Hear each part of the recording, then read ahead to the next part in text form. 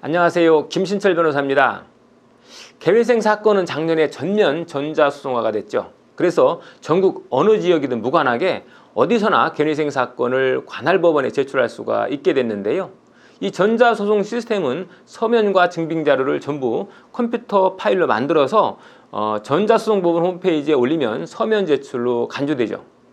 전자소송은 전국의 모든 법원이 시행하고 있기 때문에 서울이나 경기도뿐만 아니라 부산, 제주도에 계신 분들도 사건을 당일에 접수할 수가 있는데요.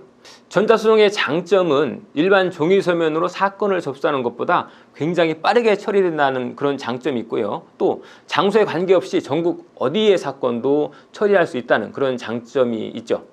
예전엔 제주도에 계신 분의 사건을 처리하기 위해서는 제주지방법원에 우편등기로 서류를 발송해야 되고요. 그래서 이 서면 작성이 완료돼도 2-3일 정도의 시간이 더 소요가 되었죠. 그런데 이제는 이 전자소송을 통해서 당일에 바로 사건을 처리할 수 있게 돼서 굉장히 신속해진 거죠. 또 송달료나 인치대의 납부에서도 소액이지만 할인 혜택이 있는데요. 물론 아주 소액이지만 종이서면에 따른 비용보다는 절약이 된다는 그런 장점이 있죠. 그리고 법원에서 이 대리인에게 보정서나 결정문 이런 문서를 곧바로 송달해서 당일에 열람할 수 있다는 그런 장점도 있습니다. 이렇게 전자소송은 지역과 거리에 상관없이 적시에 사건을 처리할 수 있다는 장점이 있죠. 그런데 무엇보다도 가장 중요한 것은 바로 보정 요구의 처리 기간에 비교적 탄력적으로 대응할 수 있다는 점입니다. 예전처럼 종이 서면으로 사건을 처리했을 때는 법원 보정서나 결정문 같은 서면을 전부 우편등기로 송달해서 대리인 사무실에 보내죠.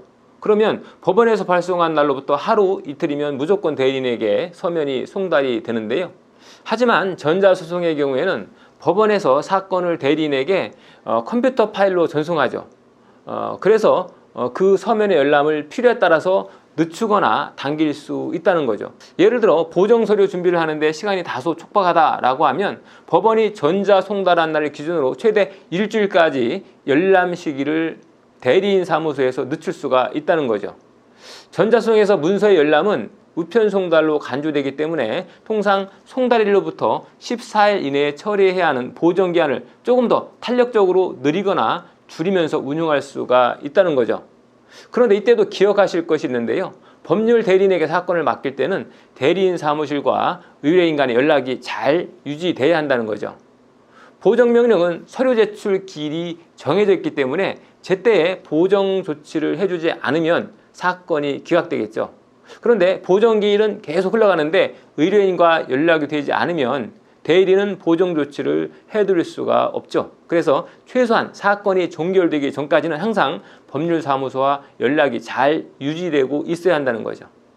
간혹 해외 출장을 간 사이 연락이 두절되는 경우가 발생할 수도 있는데요. 이럴 경우에는 카카오톡 메신저를 활용해서라도 꼭 연락이 두절되지 않도록 하셔야 되겠습니다. 오늘은 전자소송의 장점에 관해서 한번 알아봤습니다. 김신철 변호사였습니다. 감사합니다.